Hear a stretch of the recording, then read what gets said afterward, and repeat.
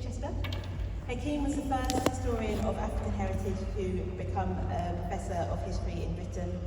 In January 2018, he launched the world's first online Masters by Research programme of the history of Africa and the African diaspora. Hakim is also the founder and consultant historian for the Young Historians Project. Hakim has appeared on many documentary films on TV, on the radio.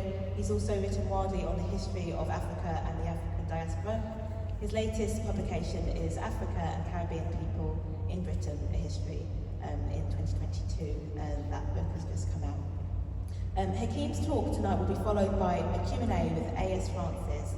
A.S. Francis is a PhD student at the University of Chichester, researching women's involvement in Britain's black radical organisations during 1960s and 1980s, and the development of a black women's movement. In addition to this PhD research, Francis is in the process of writing a publication celebrating the long-standing and far-reaching activism of Gerline Bean, which is set to be published by Lawrence and Richard as part of a series of publications about black radical women. She's also a consultant to the Young Historians Project, a member of History Matters Collective and co-founder of the History Matters Journal. As I say, this is the first in our series of our Shared Heritage talks. We do have more talks coming up in April with S.I. Martin, Black People in Paddington, and Diana Darkay, Arabic architecture. So I hope that you join us for those as well. But without further ado, it's my pleasure to introduce Professor Hakim Adi.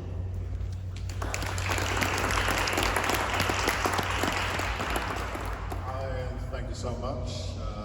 Great to see you all out on a Thursday evening. I'm going to give a kind of very general introduction and presentation. Obviously, it's an enormous history. I can't speak about everything. I'm just going to show a few slides and talk about a few people, a few organizations, and what was going on in the period that you can see behind me.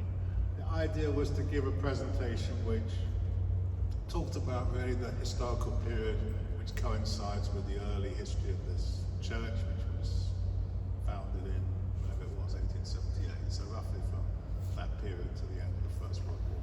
Okay, next slide, first slide please. Okay, thanks.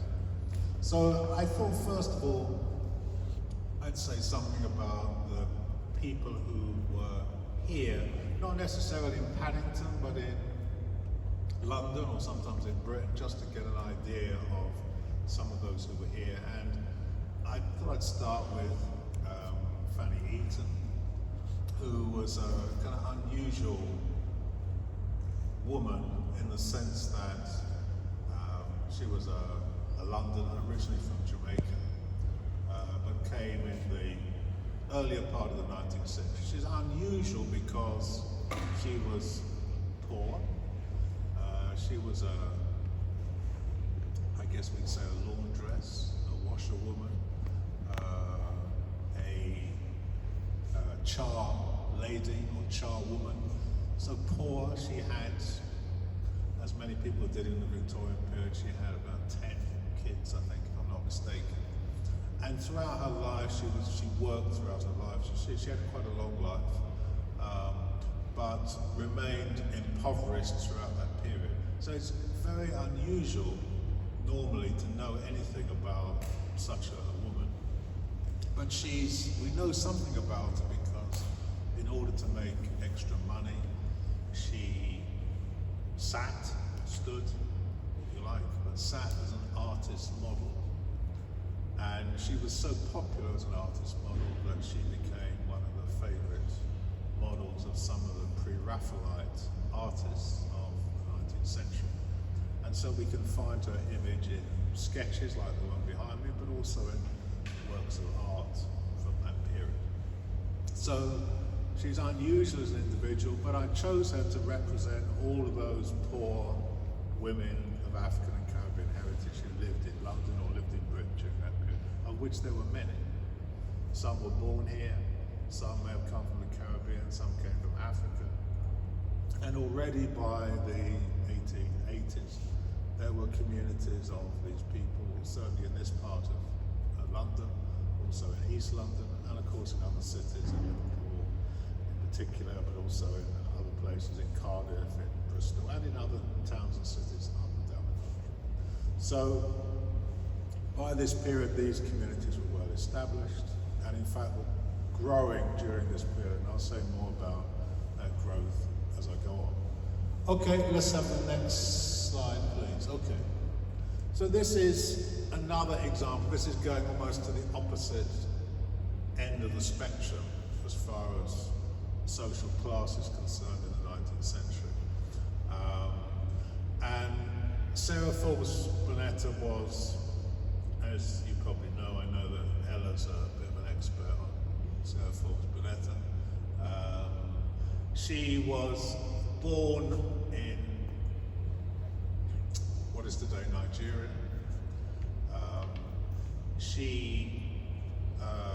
Anyway, I won't tell all of her history, but she was named Aina. It was actually her birth name. She without going into everything, she became involved in some of the wars which were going on in that part of the world in the early 19th century. I don't want to go into too much of the history because it will take us off on a little bit of a tangent. Anyway, let's say she was involved in these wars. She was captured and she found herself essentially given as a present to a military person, a naval captain, in fact, who happened to be there in West Africa at that particular time. And I suppose, as I say, without going into the complete history, it shows us something about the intervention that the British Navy was making into West Africa in that part of the 19th century, which I won't go into at any great length. She was brought back to this country. Her parents had been killed. She was orphaned. She was brought back to this country and she was renamed. She was actually named after a ship, partly named after a ship, and brought back to this country where she was effectively, eventually adopted, we could say, in some senses, by Queen Victoria. And so she became essentially the ward of Queen Victoria. She was educated at Victoria's expense, both here and in Sierra Leone in West Africa. And she lived in this country for some of this period.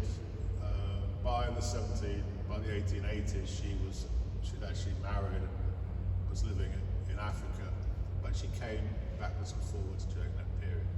So the point about mentioning her, one thing, a film is being made about her life, which will appear at some stage in the future. But these two women illustrate the fact that different types of people existed in this country at that time, both from Africa and the Caribbean.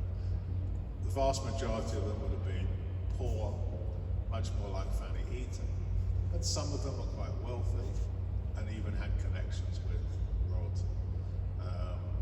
And as you probably know, Queen Victoria had a kind of habit of adopting people from around the world for various purposes. I won't go into that. So these two women, if you like, represent much wider communities of people that existed in this country in the 19th century. Okay, let's have the next one, please. Okay. I thought I'd say something about the kind of wider world as well during this period, the period when this church was being built, was also the period of what is often known as the scramble for Africa. And this particular image comes from what's become an almost infamous conference that was held in Berlin in the winter of 1884, 1885. So this Berlin conference was a conference held to essentially to create the rules for the division of Africa between the major European powers. And already that scramble between Britain, France, Germany, and others, Portugal and others, was already taking place on the ground in Africa. It's a very important period in Africa's history. Of Of course, it was a period essentially of military conquest. Nowadays, there's a lot of confusion spread, especially by people like Boris Johnson and others, about what colonialism was all about. But essentially, colonialism is another word for particularly in regard to Africa, for the military conquest of that continent and its division between the major powers. So the last quarter of the 19th century, 1875 onwards, was the period of that scramble, division and invasion of the African continent. And so this church would have been built when all of that was going on. It had major ramifications. Of course, Britain was one of the leading scramblers and was trying to get hold of as much of Africa as possible in order to secure markets for its goods, in order to take control of sources of raw materials, and also to invest capital and so on, to find investment and so on. So this was something that was going on, this competition, if you like, between all the major powers. Let's have the next slide. This is just another image of the scramble that it was described by the German Chancellor at the time as this magnificent African cake, as if it was something just to be shared between the European powers at that time. So this is the kind of backdrop to what was going on when this church was being built in its early years. Of course, it had massive consequences, not just for Africa, but actually for the whole world, and I'll say more about that in a moment. Okay, let's have the next one, please. So this gentleman, Celestine Edwards, was a very interesting character, and he was very much a product of his times. He originally came from the Caribbean. I'm not quite sure exactly where he came from. Probably from Antigua, but there's some different views about exactly where he came from. He came to this country and started off in the north of England. He was in the northeast for quite some time, places like Sunderland and Newcastle. He gradually found his way to London. He was engaged in a whole variety of occupations, but he became best known as I was going to say like a lay preacher, but not really a lay preacher, somebody who spoke to enormous audiences. Actually, thousands of people would turn up to hear him speak. He spoke about a variety of things. One of his favorite subjects was temperance, probably not a subject that is popular with you, temperance meaning the refusal to imbibe or drink alcohol. But temperance was a kind of popular subject in the 19th century.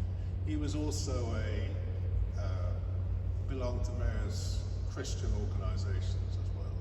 So he preached against atheism, he preached against alcohol, but perhaps more important than either of those, he was somebody who also preached against racism and against this new imperialism that I mentioned earlier, this demand of Britain and the other big powers for overseas territory. So he was what we would call an anti-imperialist, an anti-racist. And amongst other things, he was the editor of probably a couple of quite important publications at that time. One was called Lux, and the other was called Fraternity, which were designed, fraternity in particular was designed to encourage the unity of all people, particularly against racism, but also against this kind of division of the world by the big powers. So he's quite an interesting character. He also wrote I guess we can call it a novel in a rather strange form, because it's a conversation between Christ and the devil, and they're having a discussion about Britain, about racism, what Britain is doing in the world and so on and so forth. You can still read parts of that book. It was called Hard Truth, and it was written under an alias, a pen name. So that's something about Celestine Edwards. But again, I use him as an example, if you like, of a growing trend in this period of the 19th century, of people who took a stand against what Britain was doing overseas, and also what was going on in Britain domestically. And of course, Britain's demand for African colonies, if you like, encouraged or fueled racism in this country, because obviously the justification for grabbing bits of Africa was the idea that Africans were somehow inferior, and Britain was engaged in a civilizing mission and taking up the white man's burden and all these kinds of very backward ideas, which unfortunately are still around today. So many enlightened people during that period, including some African and Caribbean heritage, opposed this imperialism, opposed this racism which was developing in this particular period, the 1880s, 1890s, and so on. Okay, let's go on with the next one. And Britain and London, perhaps in particular, became a centre of opposition to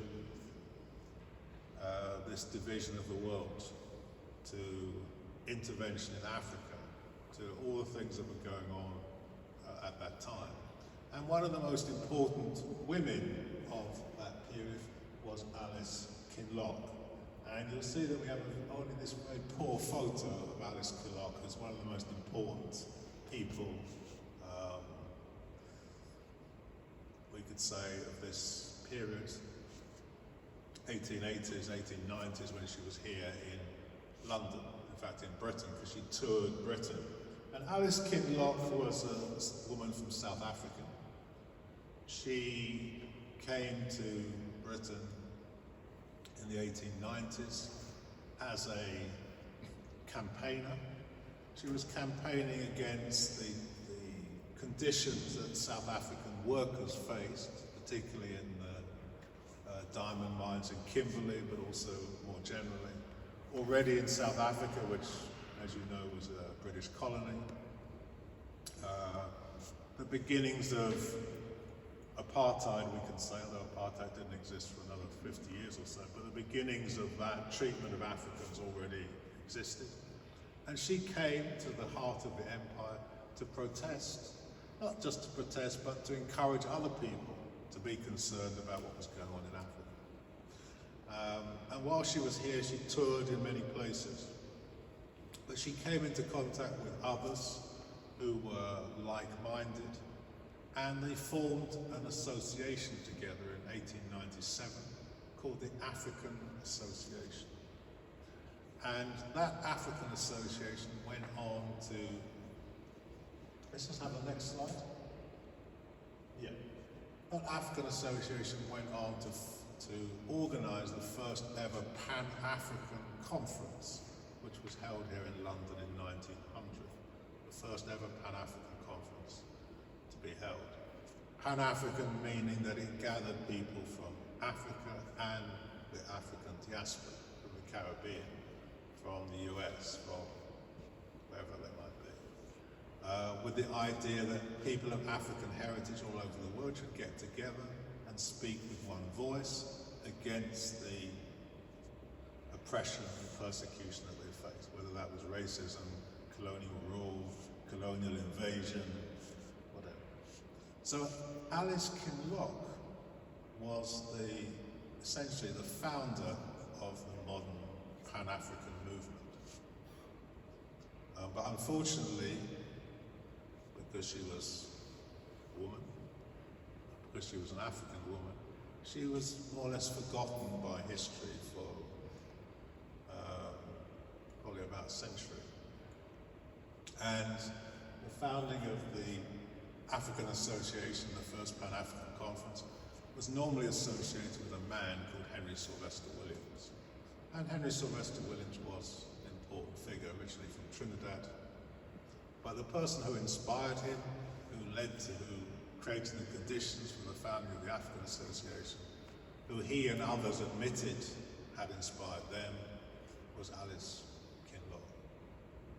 So when anybody mentions Pan-Africanism, and people will mention it soon because it's the 60th anniversary of the founding of the Organization of African Unity, 1963, everybody will be talking about Pan-Africanism, especially in Africa.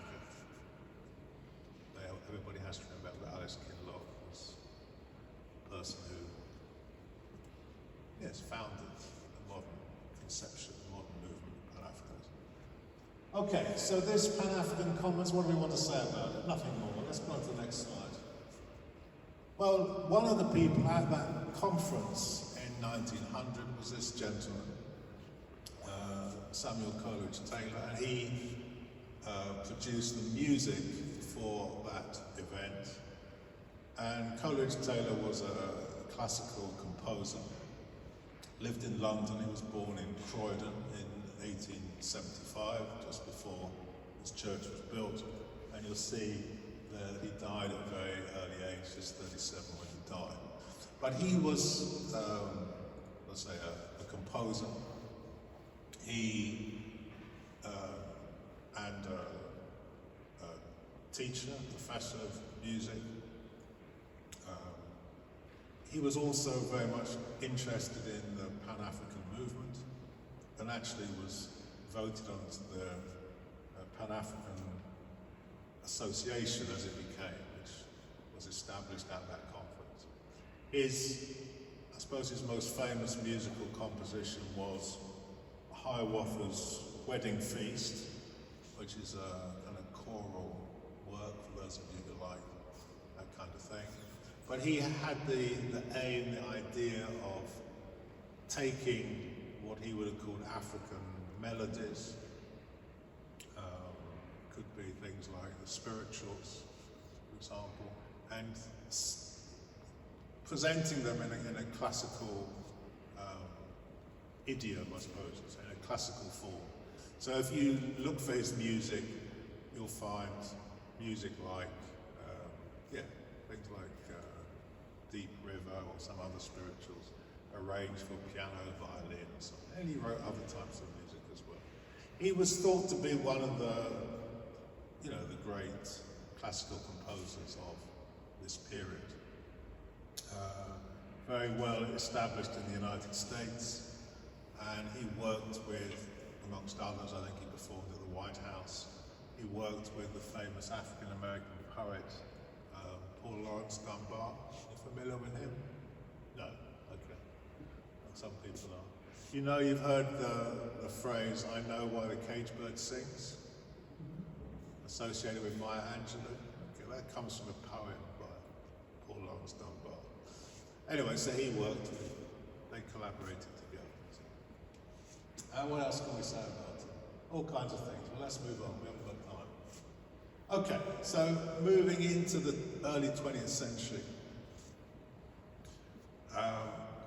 this young man appears, originally from Nigeria. And again, I'm just giving you some individuals who were kind of around in this period as illustrations of things that were happening during this time. So Bandeli Omani was here in the early 20th century, in London for a time. He was also in Liverpool, and he was also in Edinburgh, where he was a student. And one of the important things about this period from 1880s onwards, but also before, but particularly this period, we find that there were more people coming to Britain from the colonies, both the African and Caribbean colonies, to study. And one of the key things about colonial rule was that it didn't provide university education. It didn't normally even provide secondary education for most people. But if you wanted to become an engineer or a lawyer or a doctor, you had to go somewhere else. And so many people would come to Britain from those colonies in order to be educated. And he was one of them. He was a little bit unusual in that most of those students who came were quite wealthy, but he wasn't. He came from a poor background, in circumstances I won't go into now. But he's interesting because, like many of these students, when they came here, they became radicalized by their experiences here, by the racism that they suffered, by the things that they saw, by the peoples that they came into contact with. And he was like that. He became very committed to political activity. He became a writer, and he produced a book called A Defense of the Ethiopian Movement, which is a bit of a complicated title, but it's a book about some of the problems facing Africa, as well as people in the diaspora in that period. And that was published in Edinburgh in 1908.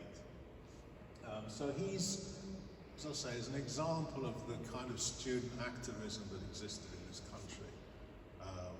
And in fact, Edinburgh University was a kind of hotbed of that kind of activity. There was also a lot of activity in Liverpool. Let's just go on to the next slide, because this is one of the organisations which was formed in that period, 1904, 1905. It's called the Ethiopian Progressive Association. You can see that it's based in Liverpool. The word Ethiopian was used in that period, as in later periods. It really just means African. But it was, Ethiopian was used for various reasons. One being that the word Ethiopian appears in the Bible, and people often took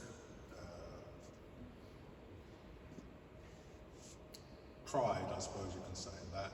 But the other reason was because of the position of Ethiopia as a country or as an empire, particularly in this period after Ethiopia had defeated the attempts of Italy to colonize the famous Battle of 1896 at Adwa, which has just been celebrated, the anniversary of that battle. So Ethiopians defeated the Italians, and Ethiopia became an even more important example of an African kingdom, an African state, which had preserved its independence during this period. So the term Ethiopia was popular during this period. So this is an example of an organisation formed of students, not in London, but there were some in London I'll talk about in a moment. But I just wanted to give an example because Bandeli Omani was also connected with this organisation. It had, anyway, some interesting members that were actually drawn from different parts of the country, though it was based in Liverpool. And it was in contact with various people in the States, like Booker T. Washington, you may have heard of. The organisation wrote to him and existed for a few years. And again, rather like the African Association, it was an example of Africans from different parts of the world, the Caribbean, from Africa, getting together because they felt they had common interests, common problems, and trying to find a way of uniting together to deal with those problems, to speak with one voice, and to find solutions to the problems that they faced. Okay, let's go on to the next one. Okay. So this gentleman was also around during this period, based in London, although he lived in other places as well, but he was mainly based in London during the early part of the 20th century. Originally from Egypt, or we can say Egypt and Sudan, as they were at that time. And of course, in the period of just after this church was built, Britain invaded Egypt and essentially occupied it as a colony, which created repercussions throughout Africa, throughout the world. I won't go into that now, but Dusin Muhammad Ali was here, came here during that period, or just before this church was built, and he was an actor. He was involved in all kinds of things before he became an editor. and he was the editor of a very important publication, which I think I've got a slide on. Let's go to the next slide. Yes, there we go. He was the editor of this publication, the African Times and Orient Review, which was first published in London in 1912. It had this rather strange cover. It's illustrated actually by a very famous English artist, whose name I've forgotten now. But it was a very unusual publication because it was concerned with Africa, with Asia, Orient being the kind of old-fashioned word for the East, or Asia. It was also concerned, Dusa Muhammad Ali was a Muslim, so it was also concerned with the Muslim world, and it contained a whole range of things within its covers. It lasted until about 1920 or thereabouts, so it ran for about 8 years. It came under he came under the surveillance of MI5 and Special Branch and so on, as most activists in this country have done at one time or another. So they monitored his activities, and rather interestingly, the African Times and Orient Review is the publication that, or one of the publications that employed Marcus Garvey. Some of you will have heard of Marcus Garvey, famous Jamaican Pan-Africanist. But he came to London in 1914 and actually worked for Dusa Muhammad Ali, and the two of them remained in contact. And in fact, in 1920, Dusa Muhammad Ali went to the US and worked with Marcus Garvey and was involved with editing African World, which was Garvey's paper. So what else can I say about Dusa Muhammad Ali? Well, one of the interesting things about this publication was that Dusa Muhammad Ali had the idea of having a black beauty contest. Now I know we're not quite in the period where beauty contests have become fashionable again, so I have to be careful with what I say here, but in 1914 and so on, a black beauty contest was actually quite I won't say it was a progressive idea, but it was quite a positive idea, because there wasn't such a thing, didn't exist, certainly didn't exist in this country in that time. So he had the idea of having such a contest within the pages of this journal. In fact, eventually it wasn't possible, but that was his opinion. Yeah, that'll do. Let's go on to the next one. Oh, have I got this one here? Okay. So I said there were organisations being formed during this period, and this is one of these organisations. This is actually formed in London in round about 1916 or thereabouts. It's called the Union of Students of African Descent, and like these other organisations, it's a Pan-African organisation, students from Africa, the Caribbean and so on. This organisation was set up. It arose out of previous organisations, some of them Christian organisations, which again were established to get people together. One of the problems at this time was the existence of something called the colour bar, which was the name given to racism in this period. In other words, if you were a person of colour, it was difficult to find somewhere to live.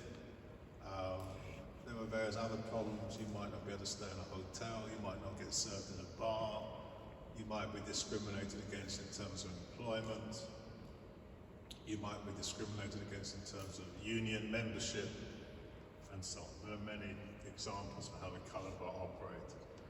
And of course this colour bar existed throughout the 20th century up until 1965, when racism was first made illegal. But throughout that period, racism was legal, existed. So this organisation was formed. You'll see that most of these people were students. The vast majority were male, though there were some female students as well from Africa and from the Caribbean during this period. Okay, let's have the next slide, please. Okay, So earlier I spoke about the scramble for Africa, and here you can see the results of that scramble. This is a map of Africa, just make sure, on the eve of the First World War. So in 1949, you'll see that the entire continent has been divided up, with the exception of two countries. Ethiopia in the east, that I mentioned, preserved its independence because it defeated the Italians at the Battle of Adwa. And in the west, we've got a little country called Liberia, which it says here is independent. I mean, really, it was more or less a US colony, but it's often referred to as an independent country. Now, the reason why this scramble is so important is because the whole of Africa was divided, and the rest of the world was also divided between the big powers. And of course, the contention between the big powers doesn't stop when the world is divided. That contention continues. And the only way that the contention can continue when the world is divided is through war. And so this scramble for Africa was one of the contributory factors which led to the First World War. I know when you're at school, they'll tell you something else, that it all began in the Balkans and all that kind of thing. They would say that. But of course, there was contention also in the Balkans. But there was also this contention in Africa. And so Africa played a very big part in the conditions leading to the First World War. And actually the war was also fought in Africa as well. It shouldn't be forgotten about. Let's go on to the next slide. Okay, so these days, people like to make a big deal about the fact that the war was actually a world war. And therefore, because it was a world war, it included people of African descent, or Caribbean descent, or Asian descent, and so on. And one of the most famous of those is Walter Daniel Tom, who also happened to be a star player for Tottenham, as I always like to mention him whenever I can. Because Tottenham need all the star players we can get. So he was actually born in Folkestone in Kent, but he lived in London and also played for Clapton for a time in East London. But he became a player for Spurs.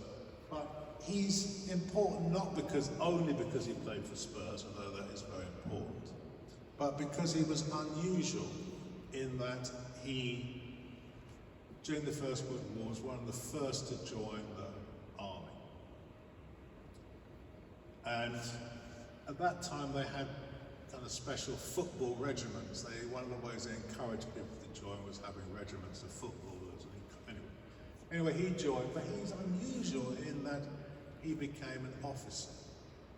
Now, at this time there was also a colour bar in the army, in fact in all the services.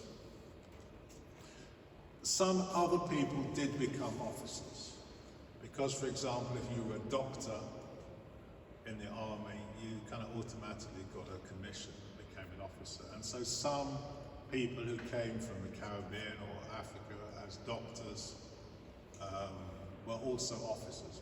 But Walter Daniel Tom was the first British-born black person to become an officer in the British Army during the First World War. It was extremely unusual, and that is why he's noted. Unfortunately, as you can see, he was killed in action at the Second Battle of the Somme in 1918. People are still campaigning today. They think he should have been awarded the military medal and wasn't, so there's a campaign existing for that to be granted to him posthumously. Now, as I say, people make a great deal about the fact that Walter Toll and many thousands of others from Africa, the Caribbean, or those born in Britain, as he was, contributed to the war effort. But they kind of forget then about the nature of the war, and it's always important to consider what was the nature of the war.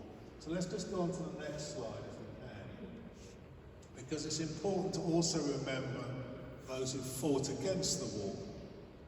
And this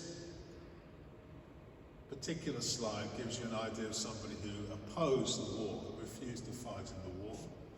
It's credited to a man called Isaac Hall, who you will see there.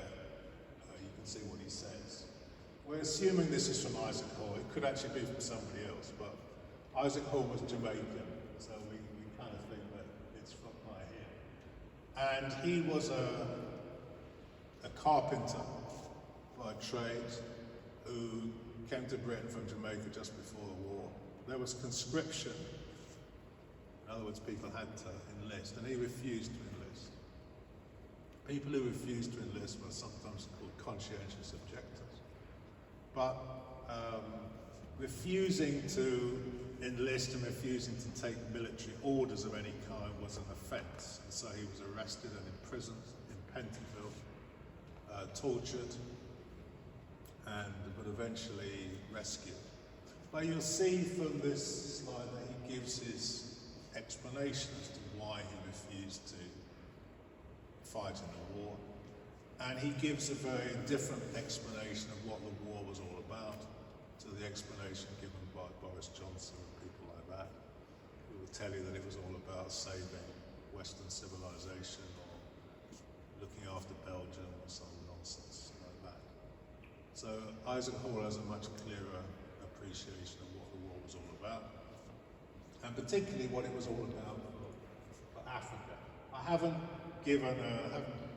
produced a slide about John Chilembwe. You know about John Chilembwe? I don't know whether the statue is still there. I keep meaning to look. Has anybody been to Trafalgar Square recently? No. Maybe we forget about that. If you go to Trafalgar Square, I'm not sure if it's still there, but on the fourth plinth, there was a statue of John Chilembwe. John Chilembwe is a national hero of Malawi, and he's somebody also who fought against the war. In fact, he actually led a rebellion against the war, for which he gave his life. And he said about the war, he said, essentially he said if Europeans want to fight a war, then that's fine. They shouldn't involve Africans, and it has nothing to do with it. And he organised people to refuse to enlist and to become porters and so on. So anyway, you don't know who he was, so it's not this one. Okay, let's go. Okay, so then we come to the period after the war, 1919. And there are very few images of what happened in 1919, so I had to use one from Cardiff rather than from London, because I haven't got one in London. And in 9 towns and cities in 1919, there were large-scale racist attacks directly after the war, in which people lost their lives, including in London, in Glasgow, in Cardiff, in Barry, in Liverpool, in Manchester, in South Shields and elsewhere. And here we have a photo of one from Cardiff. They're quite complicated to explain. 1919 was a very significant period in English history. There was even talk that there was going to be a revolution here. And of course there were revolutions in other countries in that period in Europe. And so all kinds of things were going on. There was massive demobilization of all the armed forces. So many people who had been in the army were now back on the streets looking for work and so on. And one of the consequences of all that was that racism was kind of whipped up, not just because people were looking for jobs, but by some of the trade unions and also by the government. The government repatriated some people, or encouraged some people who were here from Africa, the Caribbean, and other countries to leave the country. And it created an environment of racism, which was further whipped up by the press, and as I said, by some trade union leaders, which created all the conditions for these attacks to break out. It's a bit more complicated than that, but I'm giving you a kind of simplified version of it, shorter version of it. So these rights were quite significant in that period. They're kind of largely forgotten about now. But if you have racist attacks in 9 different towns and cities in the space of a few months, they must have something in common. There must be something which creates the conditions for it. So this is a rather,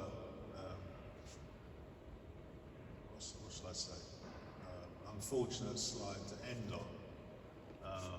But it should leave you with maybe some thoughts and some questions about what's going on in this period. Let's just go to the last slide I've got, because I haven't been able to say very much about all of this history because there's a lot of it. And even when you're covering 40 years, it's quite a lot of things were going on in those 40 years. So if you want to know more, you can have a look at my book, where it's all there in great detail. There's loads of references if you want to read more on all of these things. And yeah, that's all I have for you. So, if there are any questions or comments, then I'm happy to deal with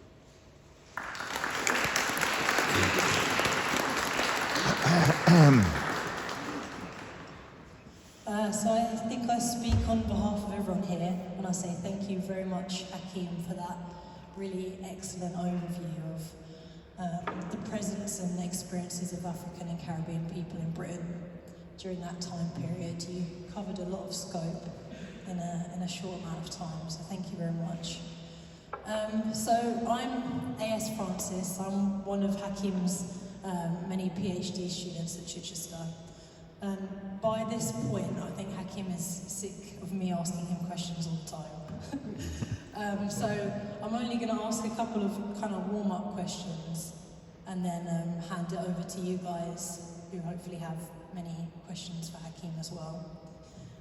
So firstly, I was really interested in the point you made at the beginning of your presentation about certain notable women, for example, Alice Kinloch, who, as you mentioned, played a really key role in developing what became the Pan-African movement. And as you said, there's a lack of historical written documentation of her role in that movement. So I was just wondering, what are some of the challenges that you've come up against in researching women such as Alice Kinloch or women in general? No, this is okay. You have I like this one.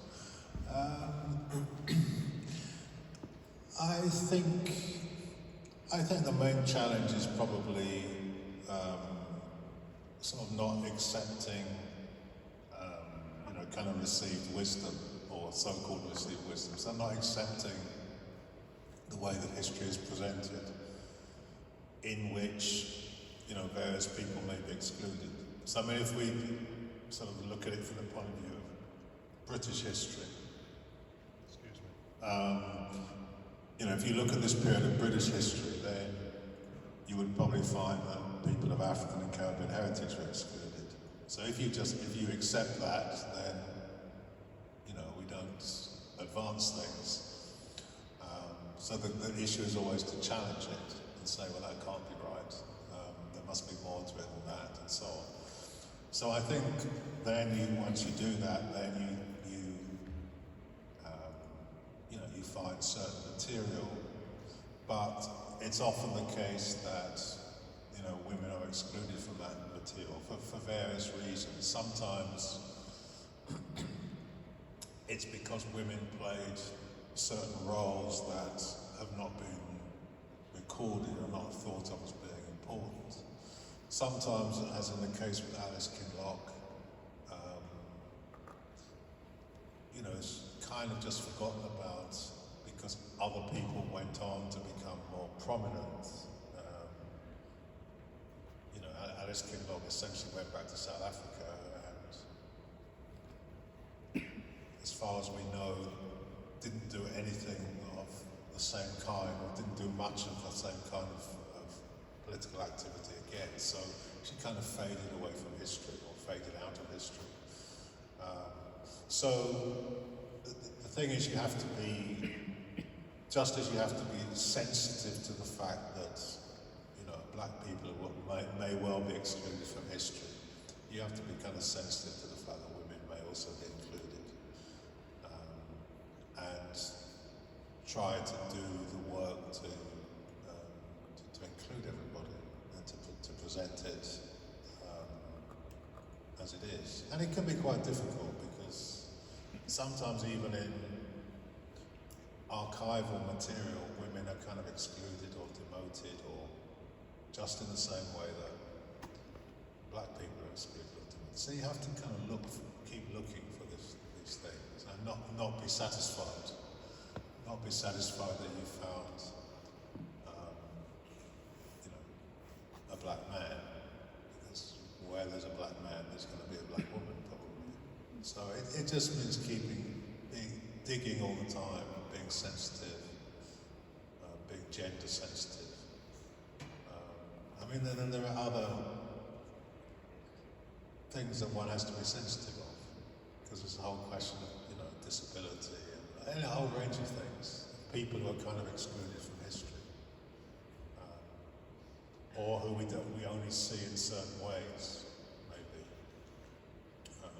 So anyway, it is very important, and unfortunately we have, it's a struggle because history is often presented in a very one-sided way, a very Eurocentric way, a very misleading way, and we don't want that kind of history because it creates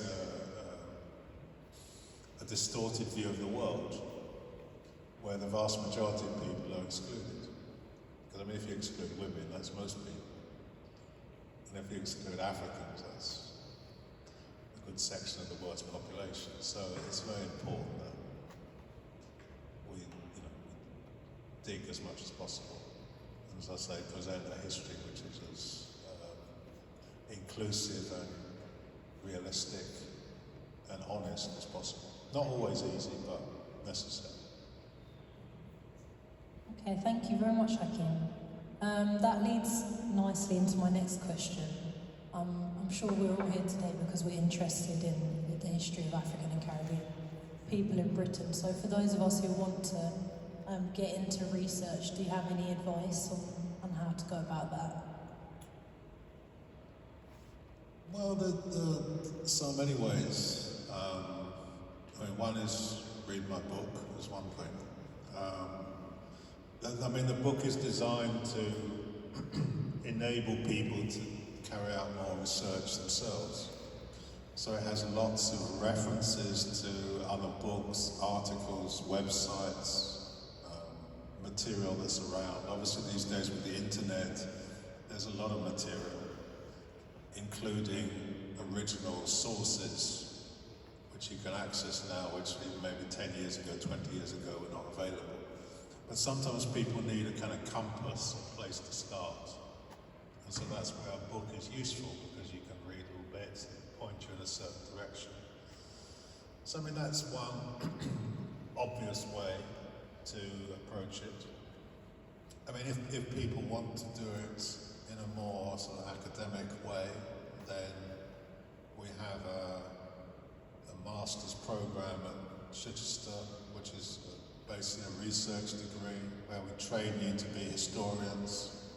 And anybody can apply to do it. You don't necessarily have to have a first degree. We take people's experience into account. If you can read and write, then we'll probably accept you. I probably shouldn't say that, but I mean generally. I mean, you have to be able to read and write to a certain level. If you struggle to do a tweet or something, then you probably can't write a 24,000 words dissertation. But if you're used to writing reports, and you're willing to learn, then we'll teach you. And that course was actually set up to encourage, older people, maybe over 25, to come back to history. Because a lot of people go through school and they're kind of turned off history because it's very, Eurocentric and it's a bit strange and so on. then as people get older, we become more interested in history. We read this, read that. So, I'm really interested in history. What am I going to do? So the MRes was set up to encourage people to come back, and then we'll train you how to. If you want to research into something, we'll train you how to do it. And who knows what will happen next? I mean, some of the students who come on that actually go on and do PhDs. So just do it, and relax afterwards. And feel, but at the end of it, you will have researched something that you really interested in, and we will support you and so on. So that's another way. That's probably enough to get people thinking. There are lots of ways. The other is we forget about people in our families or our neighbours who all have their own histories. We have people in this audience who have very interesting histories. All kinds of documents and photos and memories and so on. But if they're all stored away in their heads or in the attic, then that's no good to the rest of us. So talking to people that you know, getting them to maybe put something down or record them on your phone, or find out what documents they've got, maybe look, be aware that we live in the midst of history. I mean, just to give an example, as soon as I came into this building, I said, well, where did the money come from? Because how do you build something like this? Where's the money? Where's it come from? It must have come from somewhere. So it has a history. And more than likely, it came from some crooked activity. Just because it's a church doesn't mean the money isn't crooked. So these are the kind of things that we can look into and find out and learn something about the world in which we live. Yes, Governor. Great talk, Professor Hakim. I was just in Uganda for 3 months. You want to get a mic because I'm struggling. Sorry, yeah. Hey, I was just saying, I was in Uganda, East Africa for 3 months, shooting a documentary about my culture, and it was my first time going back to my home country for 24 years. And you sparked something when you said the history, because I realized with my nephew that there's a lot of culture from where I'm from, and the elders in our culture, they give information orally, and unfortunately a lot of them are passing away. So what I did when I went back for 3 months, I shot a documentary and I recorded, and I took photos, because I realized that if I don't capture this information, it's going to go away. I mean, within 100 years from now, my history, where I'm from in Rotoma and Barry, Uganda, East Africa, Kashari, will be gone. So I agree with what you said about the history part, and that's why I came today, because I went on Eventbrite and I searched in Pan-Africanism, and your talk came up. So I was like, yeah, this is the guy I gotta check out.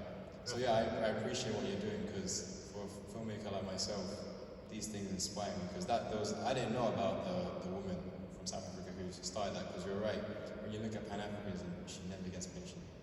So yeah, just thank you for what you're doing. Yeah, no, exactly right. No, that's right. So what you did is a good example, that you saw, you have that skill. But I mean, these days with mobile phones, everybody has that, not your skill, but they have some skill. We can all record people, we can all, and often it's encouraging people to talk about things. I know in my own family, I had that experience of, I asked people in my family about family history and so on. And anyway, I won't go into the whole story, but we eventually went to somebody who's very old in the family and said to them, will you tell the history? Tell us. And she told a whole history of family, my grandfather, my great-grandfather, which nobody knew this history. And everybody thought the family came from this town, and it turns out actually, my great-grandfather was enslaved, and actually came from somewhere else. So unless you ask, and then people come up with things. In fact, I just found something the other day that grandfather who everybody talks about as, he was the first Muslim in the town, and he converted everybody and all this kind of thing. And somebody sent me this report of my grandfather going off to war and coming back with somebody's head and all this kind of thing. So it was a bit more than just a devout Muslim. Anyway, that's but the point is, you find this by asking and being interested, and then there are other ways, that we all have our possibilities, and then we can organise things. We can help each other. We have a young historians project for young people to get them engaged with history and to learn these skills, recording skills, filmmaking skills, exhibition skills, whatever, podcasting skills, interviewing skills, and so on. But I mean, that's something that can be expanded and developed, and so there are all kinds of possibilities if people are interested in history.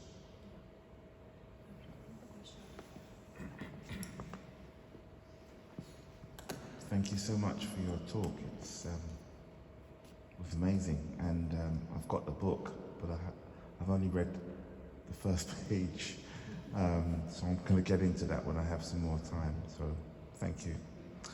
I had a question about, I suppose, uprisings and the Cardiff riots, and it made me think that here we are in the month of March, and 45 years ago, whatever it was, in 1981, we had the biggest march in the UK, well, I think in the UK. And I just wondered, because of your skills and knowledge, was there anything bigger than the march that we had in 1981, that we marched then? Because obviously I just saw in your presentation there was a riot in Tiger Bay in 1919, and I just wondered whether people had gathered and protested, and a bit like what happened in 1981. Yeah, I mean, I think 81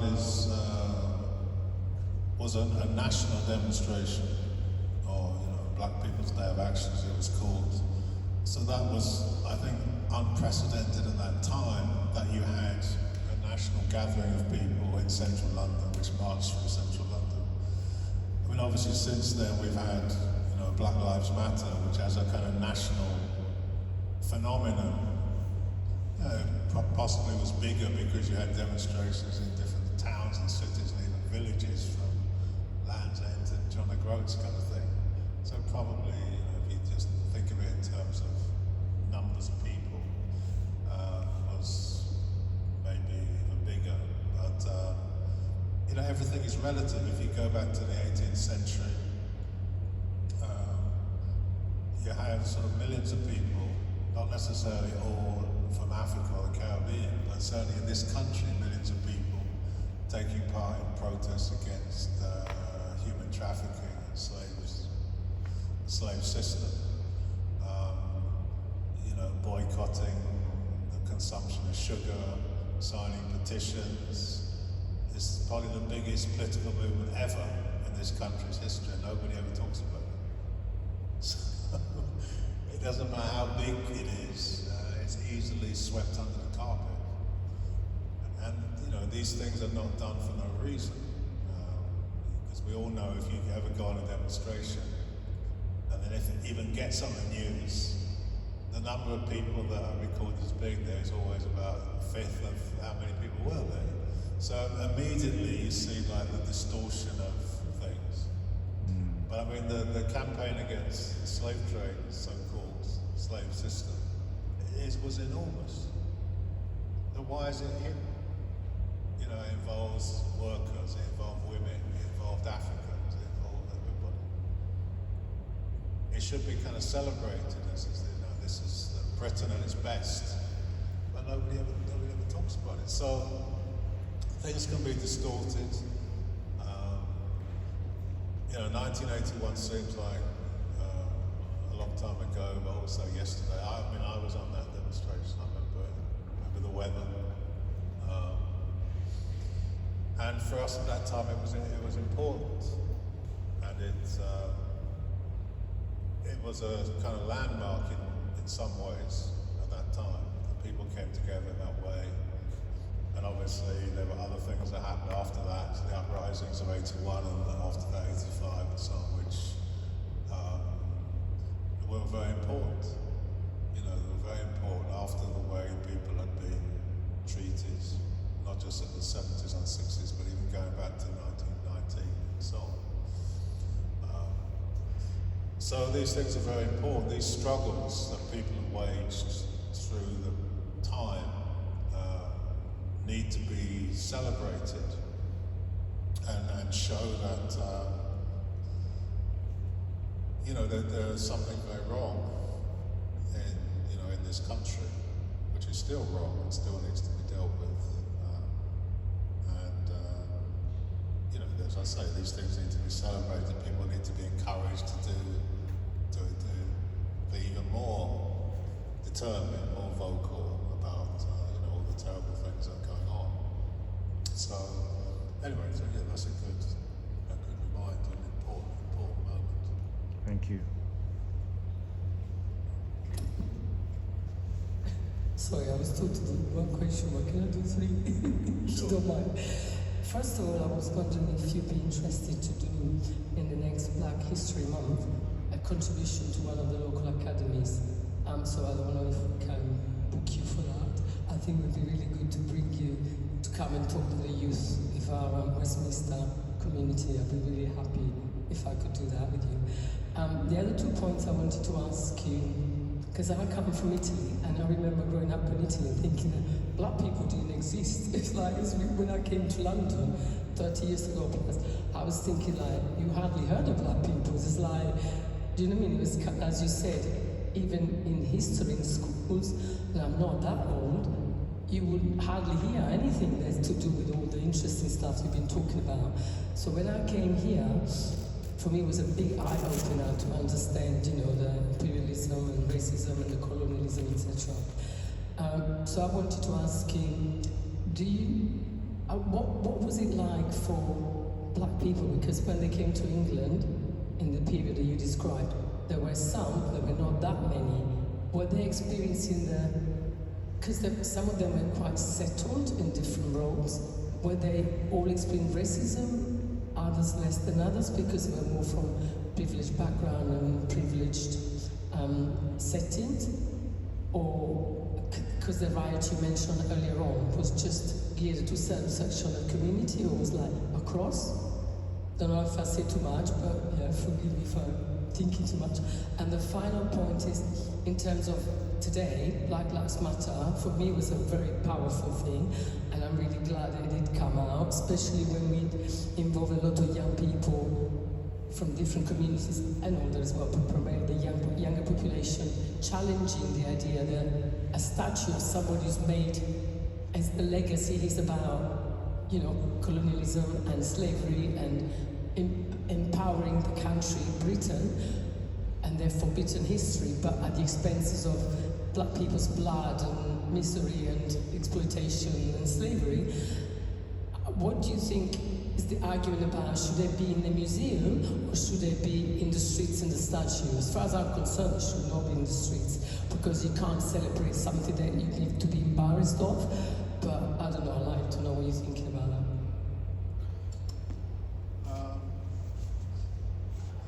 Okay, let's try and take the first one. And the first one about the academy. I mean, you should invite Young Historians Project to your academy, so you've got young people talking to young people. That's much better than having old people like me talking to young people. But anyway, we can organise that. You can talk to Amelia. Amelia's involved with the Young Historians Project. The second question was about. You said something about Italy. I don't know how much to go into Italy, but Italy has obviously its own history in Africa, for example, and many Africans in Italy fact that all that is obscured from Italian history is, kind of problematic. I've just come back from Ethiopia, where they'll tell you the crimes that Italy, the fascists in particular, carried out in Addis Ababa and so on, people who were killed and so on. So that history needs to be, taught, reparation made, and so on. I mean, there are other examples, but anyway, that's not just in Ethiopia, but in Eritrea and in other places, in Libya and elsewhere. So that's important that history is known about and so on. As to the issue of how people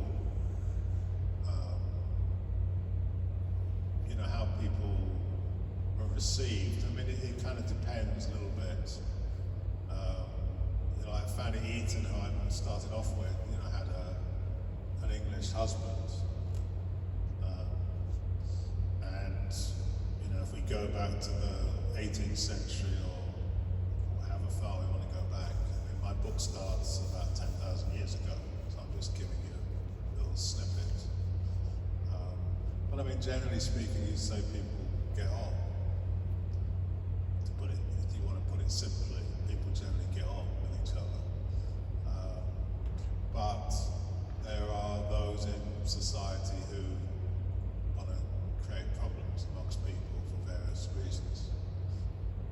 Sometimes because having people fighting amongst themselves is in their interests. Because when people are fighting amongst themselves, they're not focusing on what the problems are in society. Who the cause of those problems, and sometimes because for economic reasons that if you drive down the conditions and the wages of one section of the people, then you can drive down the wages and conditions of everybody else. So racism is often used in that way, and the examples I was showing you from Cardiff and these other port cities were, as many of the people in Cardiff were seamen, seafarers, and in the other cities as well. Employers used people from Africa, the Caribbean, and particularly from India as cheap labour. And then the union said, well, we don't want this cheap labour. But rather than organising everybody in the union so that there was no more cheap labour, they sometimes didn't do that and that. So this is the way that things operated. But of course, in all these places, people, in Cardiff, for example, everybody married everybody else. That's the history of human beings, generally speaking. So, anyway, that's how I would answer your question. What was the last question? I forgot what the last question was. Oh, Black Lives Matter. Yeah, Black Lives Matter was important. Yeah. Oh, about the statues. Oh, well, I mean, these, that's right, yeah. Well, I mean, that's just,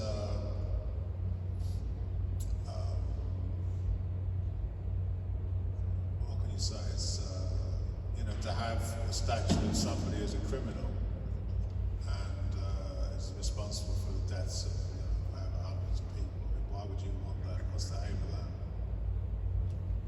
So, I mean, if somebody wants to throw it on the rubbish heap, what's wrong with that? I mean, it should never be put up. You could say if the British Museum wants to give back all the things it stole from elsewhere and fill itself with statues of criminals, that's fine. You could have a whole, like you have a chamber of horrors at Madame Tussauds, as we call it.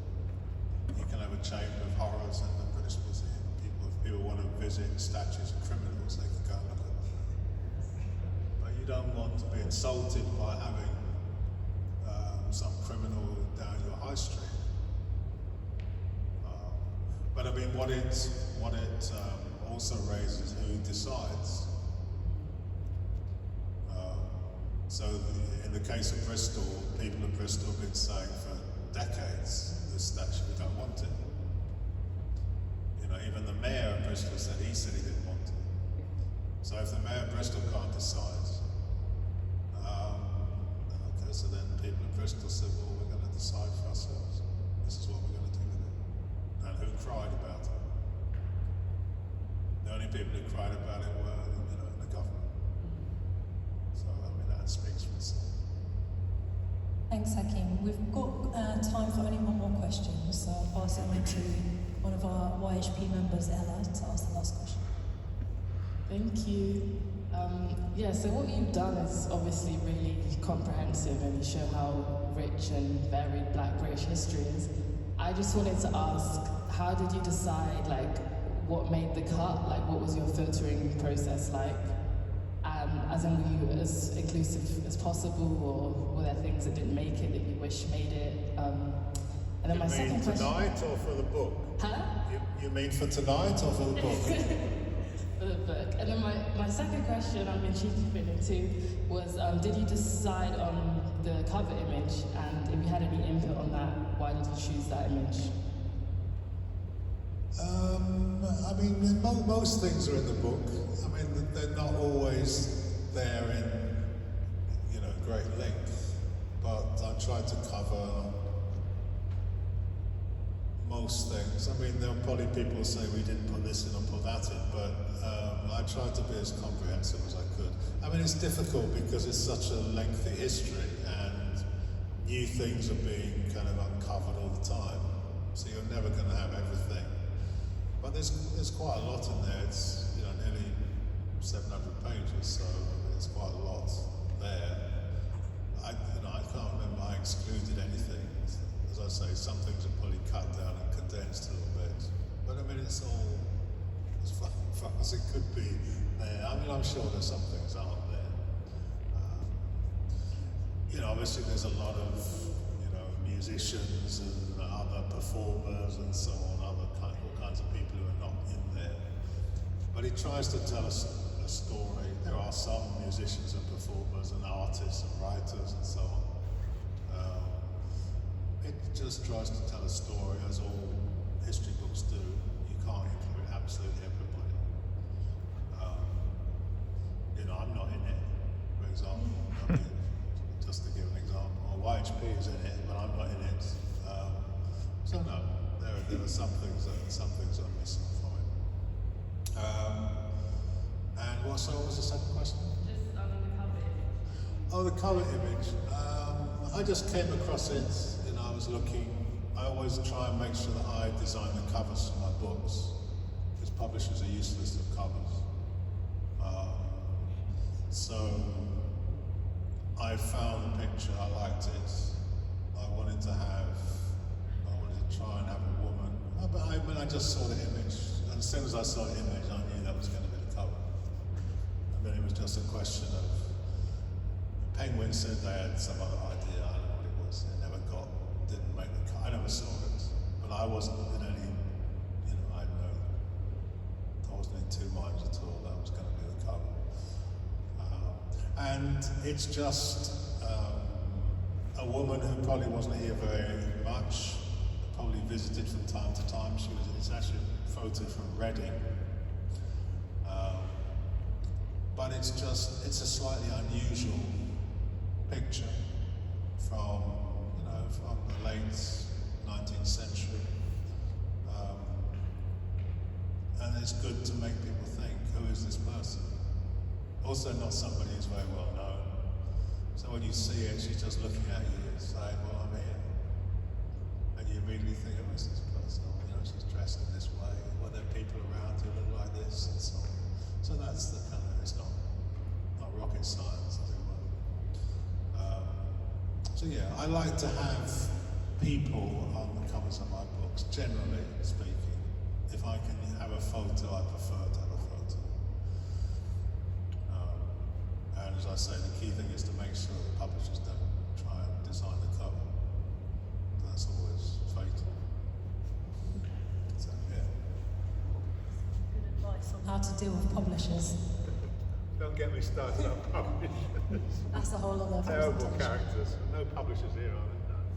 No. So thank you so much, Hakim, and also everyone for your questions. And I hope you'll join me in giving a a final round of applause to Hakim, but also the organisers of Grand Junction as well. And a big round of applause for AS Francis as well for being here and running that Q&A. Thank you all so much for coming.